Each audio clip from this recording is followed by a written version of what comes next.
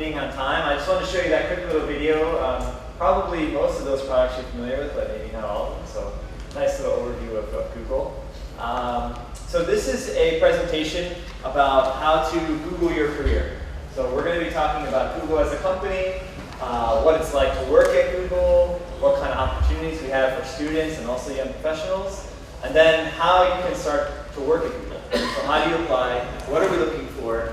And then the session after this, which I encourage you to stay for, is a lot more focused on CV skills and interview skills. So this is like the nuts and bolts of how you actually get into work at Google. So that's what we're going to be covering today. My name is Matt Mitro. I'm the University Programs Manager for Europe, Middle East, and Africa. This is my colleague, Andrea Vanin, the recruiter from Zurich. From Zurich office.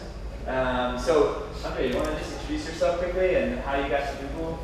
Yeah, well, as Matt said, I'm a recruiter. I actually went for a very straight, easy way. I applied for a job. I went through the process that I'm going to tell you about in my next session.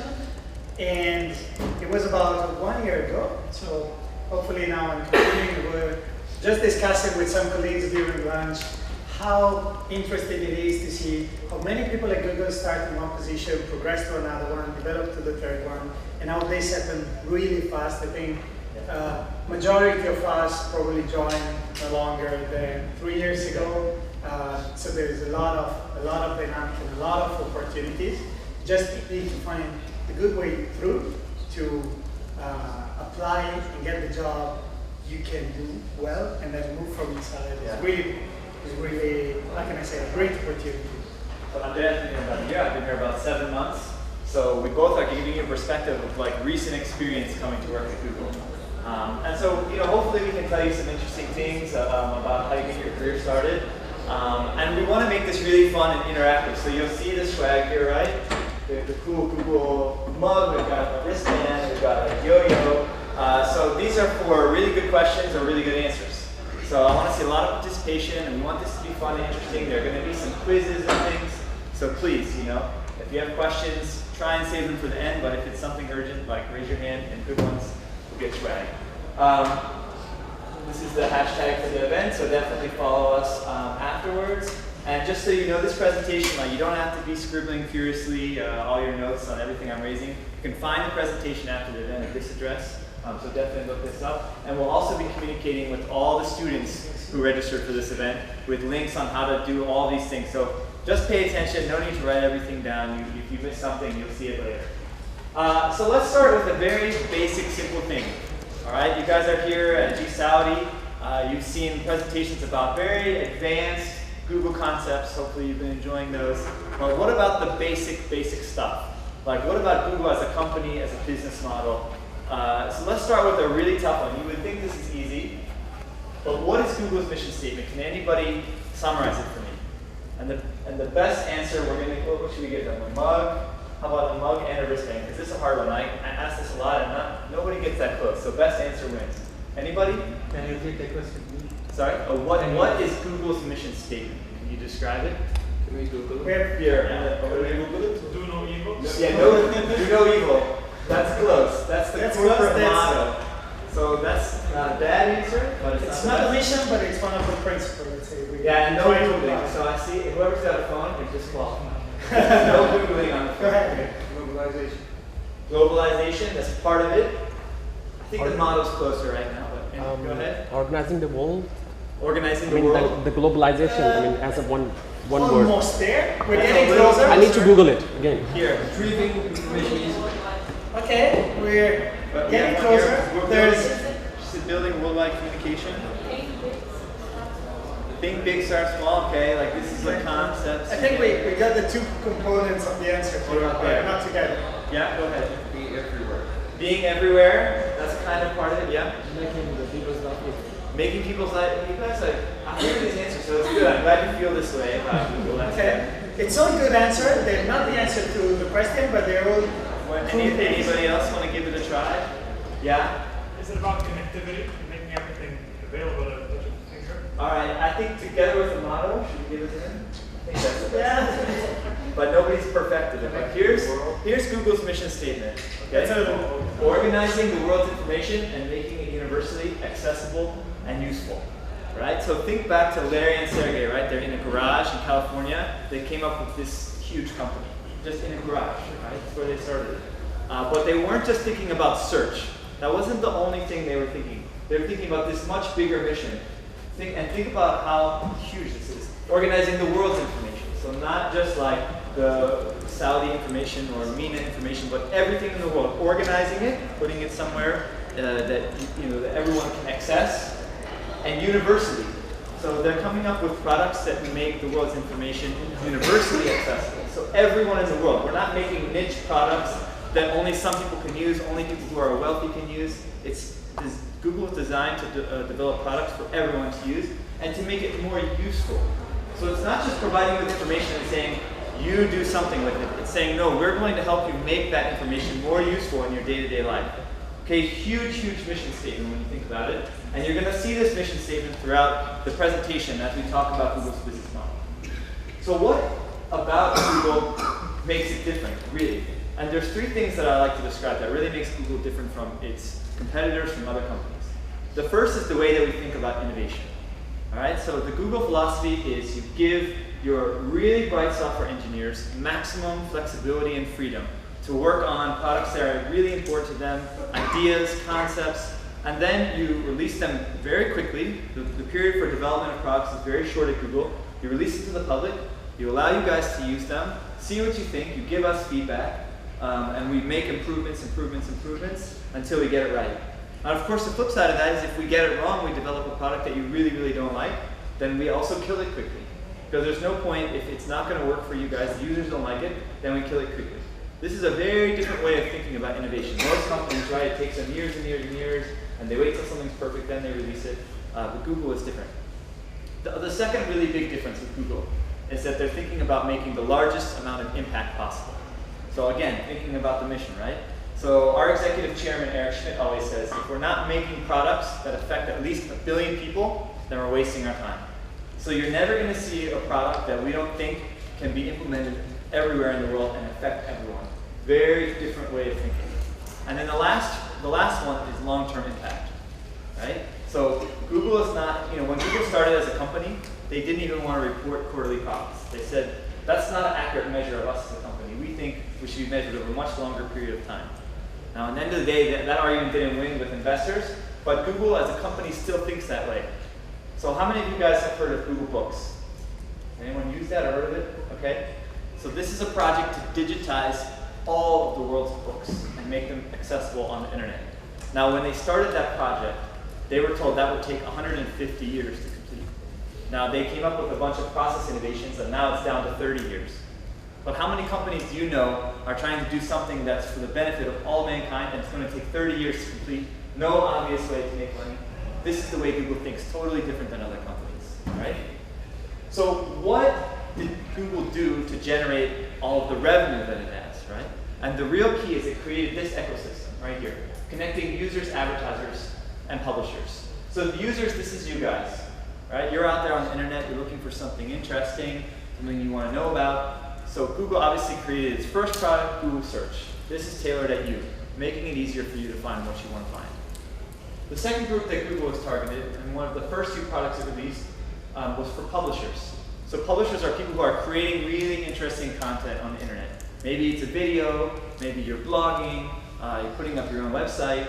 How many of you guys are publishers in some variety, publish information externally? Yeah, right? So Google created a product called AdSense. Has everyone heard of AdSense? Yeah? Okay. So this is a tool which allows you to place advertisement on your website. When someone clicks on that advertisement, because you create a really interesting content, you're getting a lot of people to come to the site, they click, you actually get a portion of that revenue. It's a way to sustain your publishing career. So that was actually a really important product for publishers, because otherwise, in the past, they may not have had a way to monetize what they were doing. But the third and really important piece was they connected these two groups to advertisers.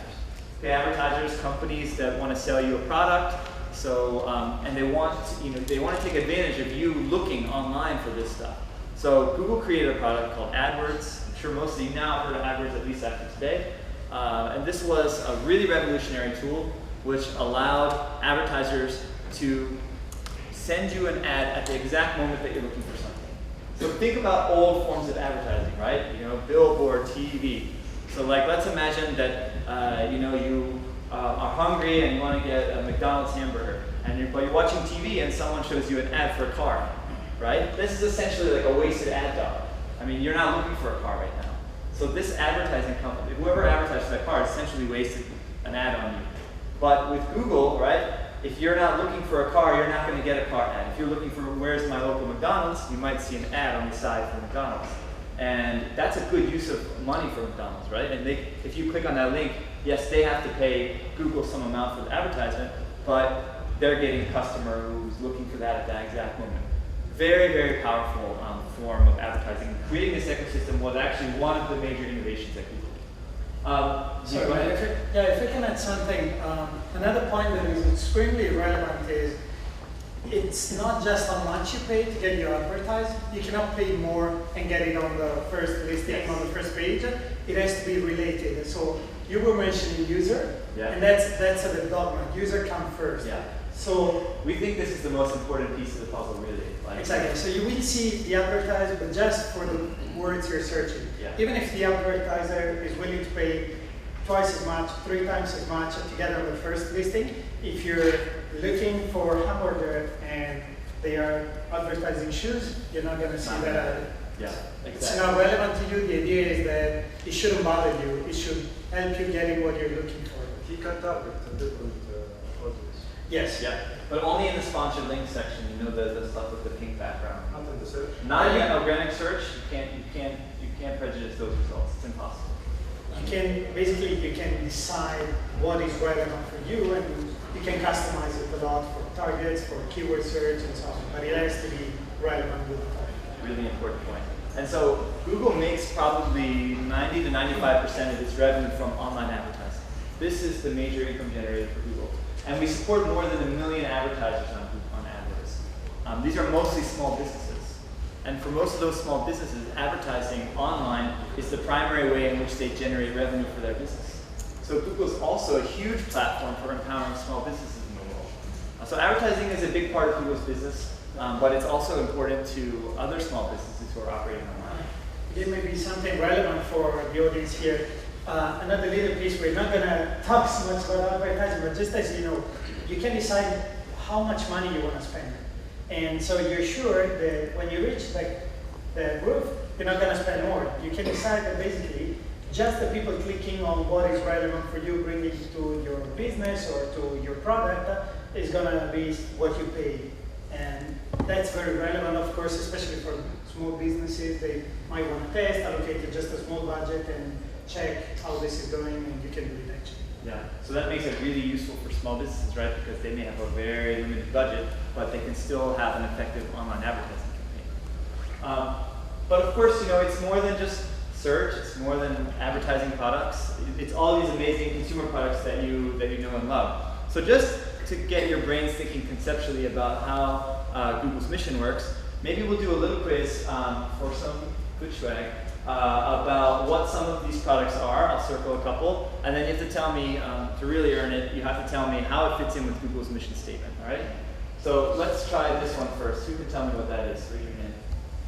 I'm going to go in the back there. Google Calendar. Okay, and how does that fit into this mission that we talked about with Google? Well, first you organize your schedule, Yeah.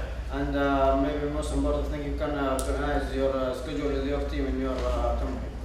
Yeah, that's a really good answer. So right, you know, you have this information which used to be offline, like you know how you organize your calendar, and now it's online. It's easier for you to access. It's more useful, right? Because you can share it with friends. They can see where you are. You can invite people. It's a totally more useful and accessible calendaring function. So that's a great example. Let's try another one. How about this one? Who can tell me what that is? Yeah, right here. Google Documents, Yep, Google Documents. How does that fit in the mission? and also it's organize your documents or letters Mhm. that can publish online. You can get the access whatever you have internet and laptops or a Yep. PC Yep. to get their documents. You don't have to take flash memories or getting lost in these documents or maybe privacy. And how is it more useful than like how people used to access documents and spreadsheets? Okay, it's useful because it's not like a built-in installation in the PC. Yeah. You can access it directly, and it's more useful for the users. Yep, and it's useful, right, too, because remember you used to have like offline versions of spreadsheets, and if you wanted to make changes, you had to send an email, and then the versions conflicted, and you know, now with Google Docs and spreadsheets, you can work in real time. It makes these things more useful, right? One version can be applied. Exactly. So let's try one more. Who can tell me what this one is? The little blue ball there. Yeah, right here. Google Earth. And how does that fit in the mission? That's right.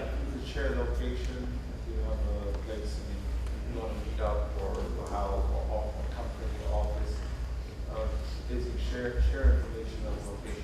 Yep. And you know, another way to think about it is, you know, you had all this like satellite imagery and map data that was offline or in different places, and people brought it all together, made it more accessible because it's in a single place, and made it more useful because, you know, now you could, you know, go anywhere in the world, you can see a 3D rendering of your house or wherever. It makes all this information more useful in a different format than it used to be. It's a really cool product, right? So again, you're seeing this mission go right through all these products, right? This is the way that Google thinks. Actually use it before coming to Jeddah to get an understanding Yeah, of exactly. where we're going, how it was. So, you know, you have all this information, but now it like serves this really cool function that allowed us to get comfortable with Jeddah before we got here. Very cool.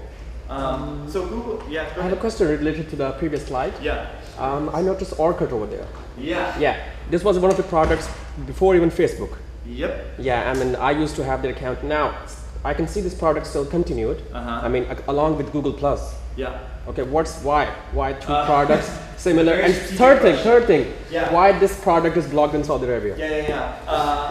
So I'll address that question, but in general, like, let's definitely like keep stuff like that to the end. We'll get things like that. I mean, obviously Orchid's become very popular in some countries. Because I used to use this before in Facebook. Yeah. Before Facebook, I know. this thing was existing. I mean, this is actually kind of a long answer. I mean, I'm also not the best person to answer that question, but it is also a long question about why Orchid failed, what are the things you could have done differently, why was it adopted in certain countries and not others. The main concern is why parallel? Why Google Plus is still on the track? Why Orchid is It's still a on the track? very good strategic question. I think it's one of those things where you know, you want people to continue using what they're comfortable with. I mean, I guess you could theoretically move them. Maybe that will happen. I don't know. I really don't know. Exactly. Somebody was saying he's extremely successful in some countries. Yes. And although we don't know the product in such a detail, I think the answer is more or less on the line that some people are comfortable with it, some users are really sticking to it, and we didn't want to discontinue simply. But I wouldn't be surprised at some point to see a further integration or a switch to G+. Of course, if you can avoid duplication, as far as people are comfortable with it. Also, I'll give another answer to get that one also. Okay. We can't have too many unsolicited questions. That way everyone without that one. The Orchid is not a genuine Google product. It's one of their employees' products. It was. They work. Well, it's interesting. However, Google Plus is a genuine product, as well as it was connected to Gmail. Yeah, I don't know if that's an accurate, totally accurate distinction. I think Orchid is a good example of what we call a 20% project, where an engineer took 20% of his time and created this platform. Actually, it was an engineer in Zurich, actually, that was not happy with his current teammate, and he just thought, how would it be a cool, better teammate service? Partnership between this employee and the company. He's an employee, so things that he creates as a Google employee Yeah. become Google products. This He gets revenue, shared revenue. no. This is part of being an employee of the company, right? I think if you want, you share it through your career in the company. Yeah, exactly. If you're successful, you get rewarded. You do. Okay. So just moving on, guys. So how does Google think about the future of the internet? You know, one thing is that Google sees, historically the internet was more information focused, right? So you had all this information that was offline, and part of the first wave of the internet was getting it all online, so that you guys could find what you're looking for, right? But the second part of the future, as Google sees it, is a people-focused internet. So now we're using the internet as a place to engage with each other, to hang out actually on the internet, to use it as an entertainment hub. So who can think of 2 products as an example that sort of demonstrate Google's commitment to this social-powered web that were released in like the last 18 months. Pure social power. Yeah, in the back. Google Talk. Google Talk. I'm not Then, sure if it's not last 18 months either. The Hangout feature, the Google Plus is one answer. Yeah, what about here? Google Circle. Google Circles. Yeah, it's part of the Google Plus. Here. Yeah. Yeah, I mean, I used to use the product called Google Wave. Yeah, was Google also- Wave is old now. Different Yeah, I mean, that's what I'm saying. I mean, is it still applied in the question Kind of. at the kind of collaboration point? Yeah. +1. +1. Wow, that's a good. That's the hardest one. So the plus, the Google Plus was the easy one, but +1 was actually the one I was looking for. So can you tell me what the +1 button is? It's mean you like this page and you recommend this page Yep. to your friends. Exactly. And now it comes up in your Google Plus page, so you can actually manage the things that use +1. And it just, it's a way to show people that you recommend stuff. Again, the idea is that you're hanging out with other people, maybe not in real time, but at least you have a presence online. This is definitely a different type of socially powered web. This is part of the future, so you're going to see more products that sort of are in this vein. So this is part of how we think about the future. But of course, it's more than just products that are targeted at, making the web more relevant to people is more than just creating products that make them more social, but we also have to make things that are relevant to different regions as well. So for example, one of the products we created is called Insights MENA. Has anyone heard of Insights MENA? Or use it? Yeah? Can you tell me what it is? It will give you a statistic for special area in the Middle East. Exactly. Yeah. So Not specific Middle East, Middle East, North Africa. Middle East, North Africa. Exactly. It was a tool. What Google realized is that there was sort of a lack of information about the demographics of people who are using the internet in MENA. So they created this tool which allows you to look at the whole region, to drill down in individual countries, and to see what the profiles are like of people who are using the internet. How many of them are on mobile phones, or what kind of media are they looking at? How many are online or offline? How many are buying things or not buying things? So this is a tool which was created in order to be more relevant to what you guys are looking for, and it has a lot of different functions. I mean, obviously, there have been instances where it's been helpful for people to understand, like, how many people in a given country, what's their age, etc., who are using the internet, because you're targeting products for them. So even for you small business owners, this could be a really interesting tool to use, right? Another example is Online, which is has anyone used that? Heard about it? Okay, you should definitely check it out. I mean, it's geared towards, young, like children and older people, just teaching them what is the internet, how do you get on, how do you set up a browser, how do you use email, very simple things, because part of what Google's trying to do in MENA is get more people to use the internet. And there's sometimes like an information or age gap. So Online was created to teach users, basics of the internet. Anyone here EBDA? Heard of EBDA? No? Okay. Huh? It wasn't Egypt. But do you know what it is? Startup. Yeah, it's called Startup with Google or EBDA. It was a competition run in Egypt.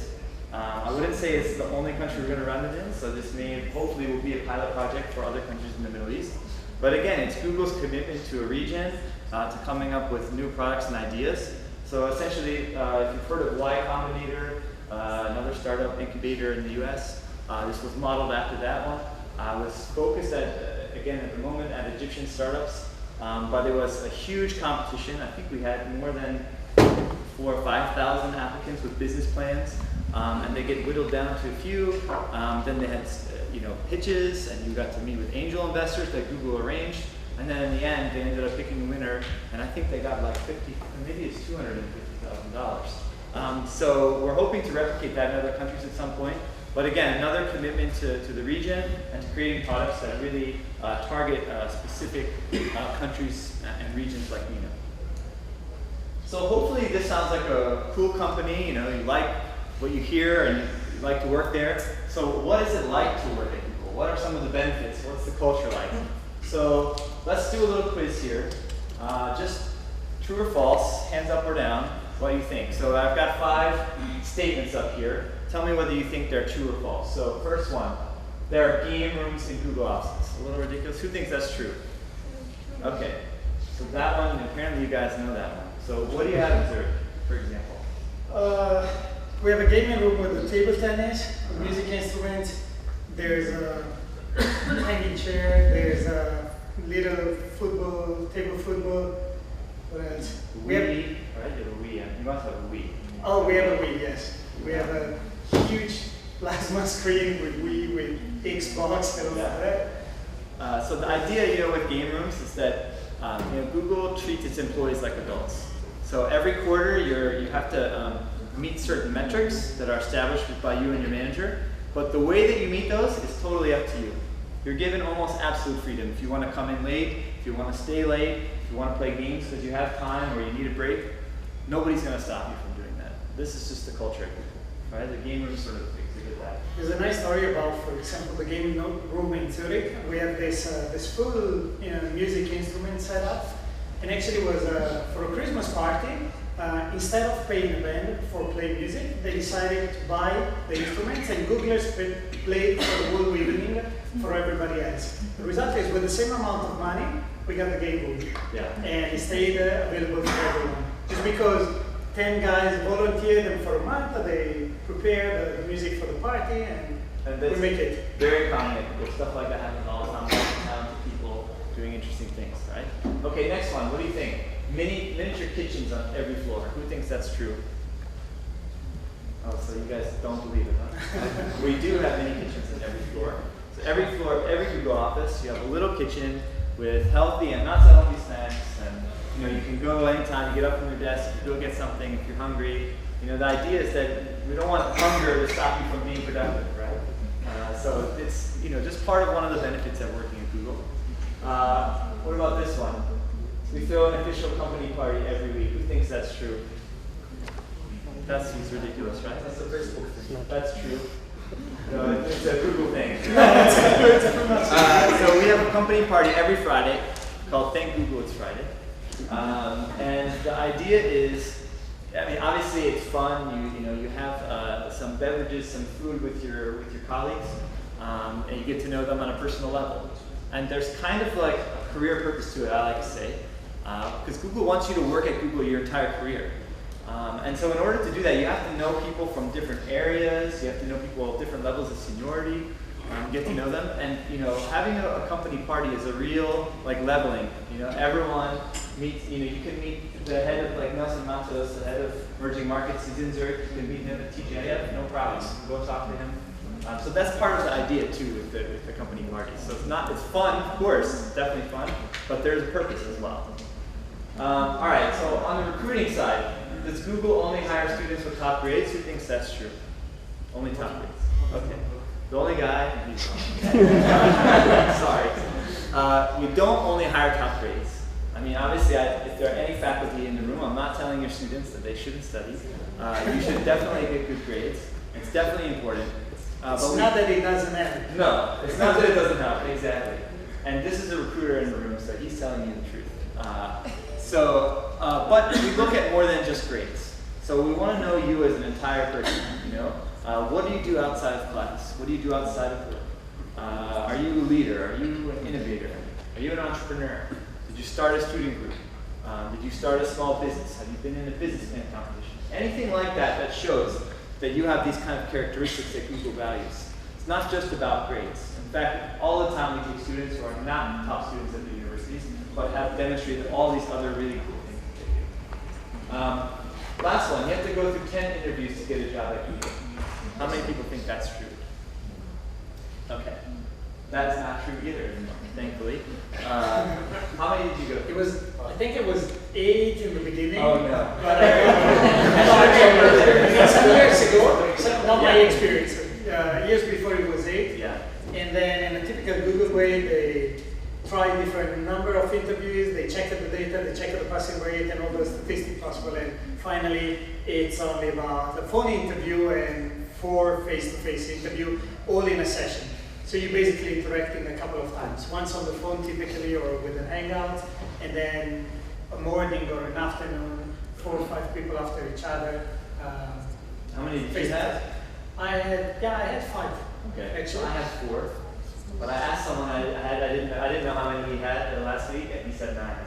You ruined my point. So you know they were. But that was a long time. He was an older guy. Yeah. So They, you and I had 4. yeah, they changed it at least a couple of years. Yeah. So it's not as hard as you think in terms of like the number of interviews. I'm not saying it's not so easy. And come to the next session, you'll get a sense for what the interview is like. Because Andrea's going to run one of those sessions. Oh yeah. I've seen a video on YouTube about Google. It says, I'm not sure if it's true. It says that you can get your pets reviewed. You can get your what? Your cats and dogs. That's true. Really? Well, I don't know about cats, but I know in Zurich about several dogs, an iguana. Dublin, Yeah. dogs. So that's true. There's an animal population. Cats I haven't seen. But as far as doesn't disturb your colleague, for sure you can bring the dog. And the dogs probably. So here's a little slideshow just to show you the Dublin office, for example. You know, there's people having fun. I think that's the newest studio. What's that? How many restaurants in Dublin?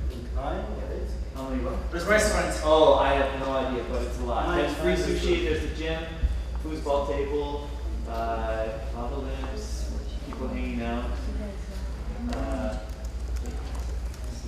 Pool table, there's an office. This is free food, breakfast, lunch, and dinner. Up there, every day. That's Irish pub. So that's what Google's offices look like. Andre, you want to talk a little bit about just our work philosophy, like how we think about work? I'm just thinking the first word that comes is really fun. Yeah. Like that's really encouraged. You have work, you have your objectives. All this is really pretty fast and checked weekly, is checked every quarter. So there's a high speed and high rhythm. But above all, it should be fun. So the fact that there is a weekly party, the fact that in every room, in all the offices and corridor, you will see a whiteboard where people stop and talk and sign up for ideas. The company is basically doing everything to give, I think, freedom, fun, and challenges. So you should be challenged enough that you're pushed to do great things and checked also, but have the freedom to adjust to your own work style. And finally, yeah, it's a very flat company. There's no hierarchy. I mean, of course, there's different roles across the company, but in general, you can approach everybody directly. There's a very informal style. If you have a good idea, I was talking with a colleague and she said, I'm not sure, we should do this, but maybe not. And then I just thought, I do it.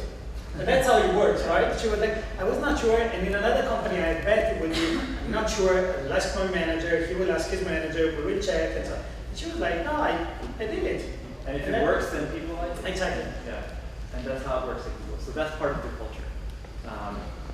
So another part is working on things that matter. I think all of us believe very strongly in what Google's doing, and the products I think are really important, and we believe that matters, but also things like service projects. So, we have a few here. This is Google Serve, which is a week of service that we have in all the offices every year. Some of it is, fixing up hospitals and schools, but it's also like teaching and training older people and younger people about using the internet, using Google tools. Whatever we can do to sort of benefit the community, we do that every week or every year, for 1 week. Yeah.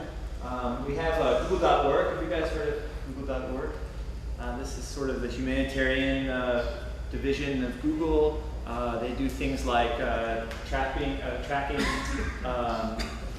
diseases. So like, you can see actually who Google searches for, like I have the flu, for example, and you can see in certain places it starts spiking. So Google actually tracks those things and provides that information to health authorities. They do a lot of work around natural disasters. So like there was an earthquake in Turkey, was it last year, I think? The one in Japan is one. The one in Japan, and we created a tool called People Finder, which allows you to put the names of people you can't find, or people who need to be found can put their names, and there's a website that helps match them. So Google launches that for every big natural disaster. They also make obviously just donations for relief efforts for disasters. But this is something a lot of us really value, and they actually, I think, like doubled your matching. Like you actually can make a $100 donation, they actually double your matching for natural disasters. So quite an important So initiative. if you personally donate some money, Google tops that with a double donation of the amount you put. And we also do things like Google Mapping Party here. This one was done in Morocco. You guys heard of MapMaker now, I hope? Yeah. Google MapMaker is a tool that allows you to improve Google Maps so that we know where you guys are. So we have an initiative where we go to countries that are not particularly well mapped, and we help improve their maps. We show volunteers how to do it, and then we let them go, and they go for years and years of mapping. They love mapping where they're from. So Google does training on things like that. Again, all of this is just stuff that matters to us as employees, and Google really encourages that. So hopefully that sounds like a cool place to work. So what are some specific opportunities for students? Yeah? I have a question. Is it true that Google gives you a customized region-specific search results? If you type in some keywords in Saudi and the same keywords are typed in US, it will give you a different search result. Is that true? So I'll answer that question, no problem. Let's get to the end of the presentation because I don't want to miss the student opportunities. That's what we're really here for. At the end, we can ask stuff like that, and then hopefully we can stay a little focused on career as well. So I just want to give you a picture of how Google is structured as a company on the work side. Dublin is one of our largest offices. It's the headquarters for Europe, Middle East, and Africa. We have an Arabic-speaking, pretty large Arabic-speaking team based there that serves our clients throughout the MENA region. They're organized into 4 major groups. So first you have advertiser operations. This is the team that helps our Arabic-speaking clients optimize their AdWords campaigns. So making sure that their strategies are being met, their budgets are okay. We have an online partnership group. This is a team that works with publishers on AdSense, making sure that that product is working for them. We have a consumer operations team. This is my favorite team, I think. Actually, I'm not on that team, but if I was, I would be pretty happy. This is the team that makes sure that all of our consumer products, the stuff that you use every day, Gmail, calendar, maps, is working perfectly for you. So if you have an idea for an improvement or there's something that's not working right, this team represents you with the engineers and makes sure that it gets fixed. The last one is product quality operations. This is a team that makes sure that when you're looking for something on the internet and you're not getting what you want, that we can help improve the search functionality. In particular, they're getting rid of stuff like spam and results that are gumming up the system and not making it work properly. This team takes care of that kind of thing. So this is sort of broadly how Google is structured on the business side. And I want to talk to you a little bit about our premier new graduate program, which is called the Online Media Associate Program. It's a 2-year career development program. We have different language teams in Dublin. We have Arabic, Italian, Spanish, Dutch, German, serving all of our different clients. So all of the new graduates that we hire on the business side go into Dublin. And the program is basically just teaching you how to be like an incredibly good Google professional. So it's everything about Google as a company, how to use our core products, but also how to talk to your manager about your career, how to present with charisma, which is a course I recently took. I don't know how I'm doing, but stuff like that. It'll teach you effective communication, all kinds of really, really valuable things. And the idea is that once you've completed this course, you can see what it's like to work at Google. You can understand the whole organization, and that way it allows you to navigate your career better, right? Because you can figure out which group do I want to be in, where do I want to go. And it's not like some other companies where you have to apply and to stay at Google or go somewhere else. We really want you to stay. So the idea is it's a training platform to give you that really good foundation for being a young professional. It's called the OMAP program. And I want to see. Yeah. Is that a 2 years program? Sorry? Is that a 2 years month? 2 year length program, yeah. And it's a new graduate program. So anyone who's graduating from a university program, this is typically where we put students right as they graduate. Could you repeat the name of the? It's the Online Media Associate program here at the top. And we're going to send out a little something about that next to you. Thank you. Yes? We as student undergraduate, we have any other opportunities? Yeah, so just a second, we're going to get to that stuff. I want to give you just a picture of the other offices too. We have an office in Dubai. This is the team there. It's not everybody, but a lot of them. The Dubai office is mostly focusing on large customer sales. So these are the guys that are going out and getting new advertising clients. We also have an office in Cairo. So again, it's not everybody, but that's most of the team there. Same thing, but with respect to the Egyptian market. We don't have engineering in the MENA region. Most of that is done in Zurich on the engineering side. But there are also opportunities in these local offices. How many of you guys are sort of more experienced professionals? You know, graduated already? Okay. So there are going to be offices or opportunities in those offices as well that might fit your background. And for that, you're going to want to go to google.com/jobs to check out those opportunities. For undergraduates who are not graduating, we have internships. The premier one is called the Online Media Associate Internship. Again, we have spots reserved for Arabic speakers to work with our Arabic speaking team. This could be a really good fit for some of you. It's geared mostly towards students who are entering the second to last year. So it'll be like the summer between your junior and senior year. It's a 3-month internship. We do sponsor work authorization, and you basically get situated with a core team, and you're given your own project under supervision. There's no coffee and making photocopies like at other internships. This is a real job, and you're treated just like another Googler. We also have opportunities in our local offices in Dubai and Cairo, for example. This might involve sometimes deferring your studies for a little while because these tend to be 6 to 9 month internships. The one I have listed here is the Associate Product Marketing Manager internship for marketing students, but it's very similar in the sense you get a project to own. The Google Ambassador Program is another really, really amazing program that we've got started. And actually, for more about that, the ambassadors are going to present on that topic, not the next session, but the one after that. But in a nutshell, they are the students that connect Google and their fellow university students. It's about a 5 to 10 hour a month commitment, and they host trainings, promote competitions and job opportunities, all kinds of different things on campus. They're really our campus representatives, but you should definitely check out their presentation if you want to know a little bit more about that. Yeah, I think if this is just one note, if you're still 1 year to go at university, then you can join the Student Ambassador Program and stay to follow the session. You get all the other information there. Yeah. And this is a generally good career advice for younger students in the audience as well. Get involved in things like the Ambassador Program. There's also something called the Google Online Marketing Challenge. I think all of you guys have a brochure and sticker with regards to that. So this is an opportunity for you to really hone your skills in online advertising. You can actually get a team of 4 to 6 students together, and you charge to go, part of this competition is you go out into the community, you find a small business that doesn't have much of a web presence, probably has no online advertising, and you run a 2-week campaign for them. You're given $250 of AdWords credits. You run a 2-week campaign for this small business, and you measure the results. You see how many additional website visits and clicks and conversions and purchases that you're able to achieve for this business. And then the winners in the region are actually sent to Dublin and to Mountain View for a 2 and 3 day sort of immersive experience at a Google office, working with top executives and learning about how we do things. So I really, really encourage you guys to apply for that as well, and you can find all information on these brochures and on the stickers.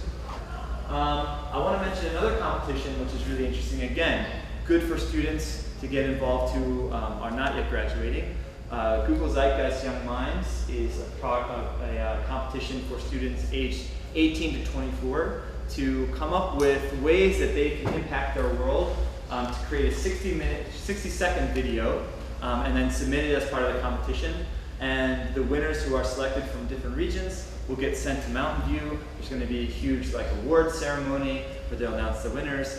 But it's really, really fun, and the idea is to tell Google how you think you can change the world, I think using technology. So this is the basis for that competition. And just in general, I think if you're interested in working at Google, and all this sounds great and you want to work there, it's never too early to get started. Participating in these competitions, joining the Ambassador Program, learning about Google products, because by the time you submit your CV to work at Google, it's great to have those things there. That really shows to us not just passion, but also some ability to use Google products. So I really encourage you to do that. And this is sort of the profile of what we're looking for. None of this will probably surprise you based on this presentation. We're looking for particularly people who are self-directed. So here's a project, just go do it, figure it out, get the results that we want. You don't need a lot of supervision. You're entrepreneurial, creative. These are the kind of people that we look for at Google. So I know you guys have lots of questions. Andrea has an interesting, story of how he got to Google, but hopefully that'll come out in the questions. So I'll just open it up maybe and see if you guys have any questions, because I know we only have about 5 or 6 minutes. So now we can answer some questions. Try and focus on the career stuff, because I know some of you guys probably have career questions. But if not, we can talk a little bit about other things that are on your mind as students and young professionals. Yeah, over here. You have opportunities for finance students, finance graduates. Yep. So a couple points on that question. One, we do actually have internships and full-time positions for finance students. There are not as many of those kinds of opportunities, but we do have some. A lot of the finance work is done in our London office. So you want to go to the student site, click on sales in general and internships, and you can see about that. Same with full-time on the job site, you can see full-time opportunities for finance students. But in the related answer to that question is that, for some of you, you're thinking, oh, these are all business rules, and I studied pharmacy. And so people were asking me this question, like, can I work at Google? And the answer is that you can. We're not looking for one major or one course of study. We're looking for passionate, smart, creative, entrepreneurial people, and we'll teach you how to use the tools. We're really looking for more like a profile and mindset. So it's about the attributes you exhibit rather than the particular course of study. Now, for jobs, for like more experienced jobs, we're sometimes looking for particular experience in an industry or digital marketing experience. So that's not always true, but for new graduates and students, that's definitely true. Okay. Other questions? Yeah, right there. What about programming? Yeah. About programming. Do you want to talk a little bit about that? If it gets to more technical roles, again, it's what we just said is still valid. So if you're a junior programmer, of course, we expect you to have a certain level, but we don't expect so much business experience. We want to see how you went through your studies, how you approach programming your private time, if you have developed any apps, any website, or whatever your interest was. The more senior role, of course, we expect an extremely high level and ability in programming, typically in a couple of languages, and all the rest of the skills. And there are a number of different technical opportunities as well for engineering students. We have a summer internship in Dublin, London, Zurich, and Munich. We have obviously full-time opportunities for software engineers there as well. We have the Summer of Code, we have Code Jam. These are not like employment programs, but just competitions and ways to improve your skills. So again, I would encourage you to go to the student site and click on the technical button, and then you'll see all kinds of opportunities for engineering students as well. But again, like I said, we don't have, unfortunately, engineering opportunities in the region at the moment. Most of our programming for MENA is done mostly in Zurich. Mostly in Zurich, yes. There's actually quite significant Arabic-speaking teams, also a programmer, that is focusing on all the different localization and program and new launches in the region. Other questions, guys? Okay, here. Well, it's not a career question. I was looking to know that is it true that Google gives you a region-specific customized research results? Like if you put in some keywords over here in Saudi and the same results are and same keywords are in US, it gives you different search results. Is that true, or is there a standard search? So there is an initiative at Google for logged-in search. So the idea is that when you're logged into your Google account and you search, everyone may get different results, and that's in part because that's based generic. So that's in part because the philosophy is that we want, in order to deliver better results, we have to understand you better as a person, what your search history is like, and even where you're searching from. Now, there is a way to turn off those features. Like if you don't want Google to keep that information, you can, not log in, or you can there's actually a product called Google Takeout, where you can take out every piece of information that Google has about you if you don't want us to track that. But our philosophy is that can actually be really useful to improve the quality of your search results. So that's the general philosophy. Yeah, so I think we can say to a certain extent your assumption is correct. But also if you try one search today and you do the same search tomorrow, you're probably going to have slightly different results because the algorithm we use is extremely complicated. It counts a lot of different sources and data, and as they vary, also your search results vary. And so the same is actually with location, where you search, think in what language you search. If you search from here in English or in Arabic or so, you might get different results because the assumption is actually that should be more relevant to you. Other questions? Yeah. You mentioned all those different policies, flexible work timings and those gaming areas and stuff like that.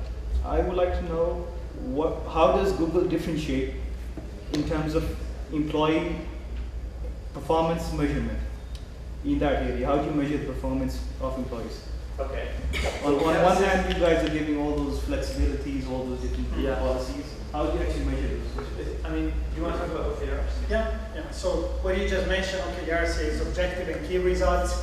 Every one of us has well-defined OKRs. This is, first of all, visible to everybody else. So actually, there's a very open culture where you can see for each one in the company, literally for each one with the internal portal, what they're working on, what their goals are, how much they achieved for this quarter, for the past quarters.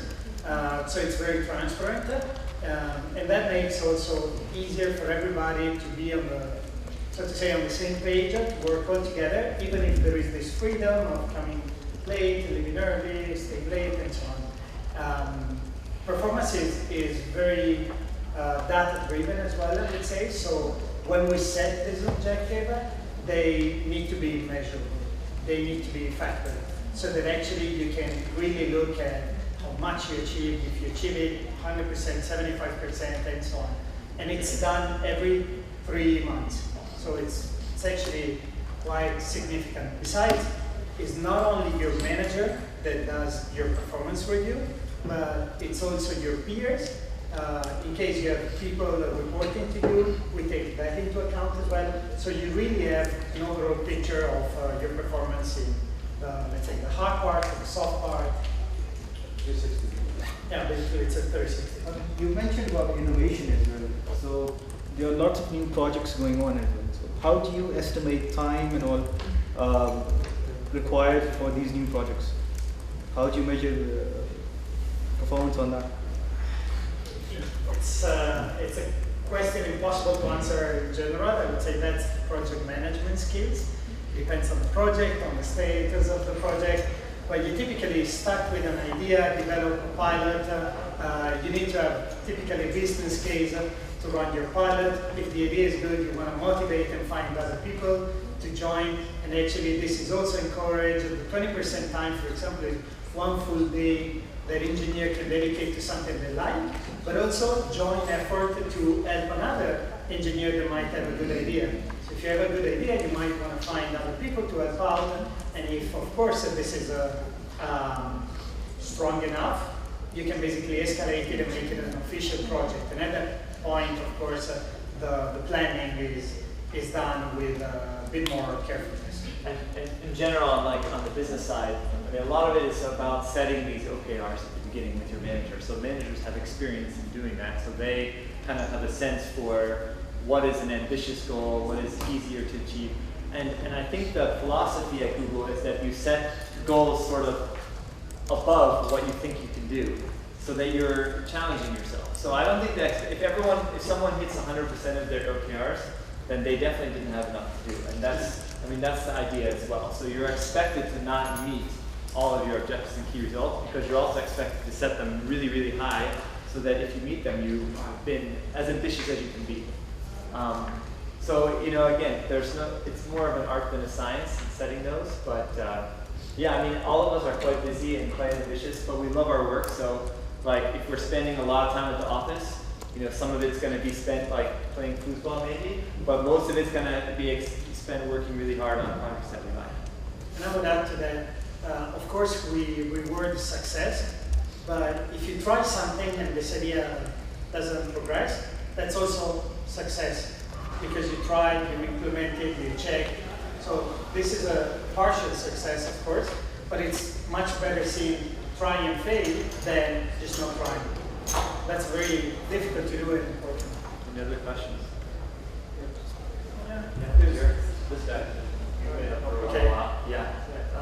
So from what I've understood, there's no specific majors that Google is looking for, as long as the right characteristics and skills are exist. Yeah.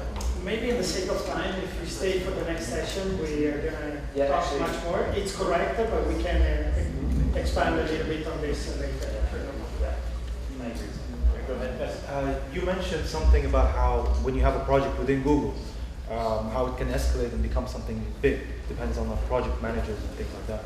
But how would that be possible for non-Google employees? I mean, how would Google help? Oh, like different like yourself who has an idea. Exactly. So there's actually a really good link. I think Rania mentioned it at the beginning. It's bit.ly help Google. Yes, and there are all kinds of opportunities for ways that you can help us improve products, submit product ideas. What is it? bit.ly /help Google. So definitely go there and you can see how you can do that.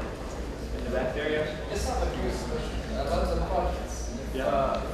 If I started the project and this is split, yeah. do I get a percentage of the project or let's say commission or something? I mean, if you develop it as an employee at Google? Yes. No, I mean, that's generally at every company true. You know, part of being an employee is that when you develop products in the environment where you work, which Google provides to you, then it becomes the Google product. But I would say people who achieve things like that are very well rewarded at Google. So that's definitely taken into consideration for bonuses and salaries and stuff like that. But you don't get like equity, you don't get to own it or spin it off or anything. That's just generally not how we do things. But that's because Google is very much like its own incubator. So without the environment at Google, most people don't have like the kind of colleagues you can, you know, go talk to the top person in Python in the world and ask them about things that, you know, could really improve this idea that you have. So this is part of the benefit of working at Google. Oh, okay. Two quick questions. I have a question about the AdWords. How does Google really benefit from it profit-wise? The AdWords? Yeah. Can we keep this maybe offline? This is also Thank you. Yeah, you guys probably need to go. Thank you so much, guys. Okay, just ask me. Just connect me. And also, yeah, please stick around if you want. we're staying here for the next session, so if you're interested. Okay. We'll teach you all about how to create a good CV for Java.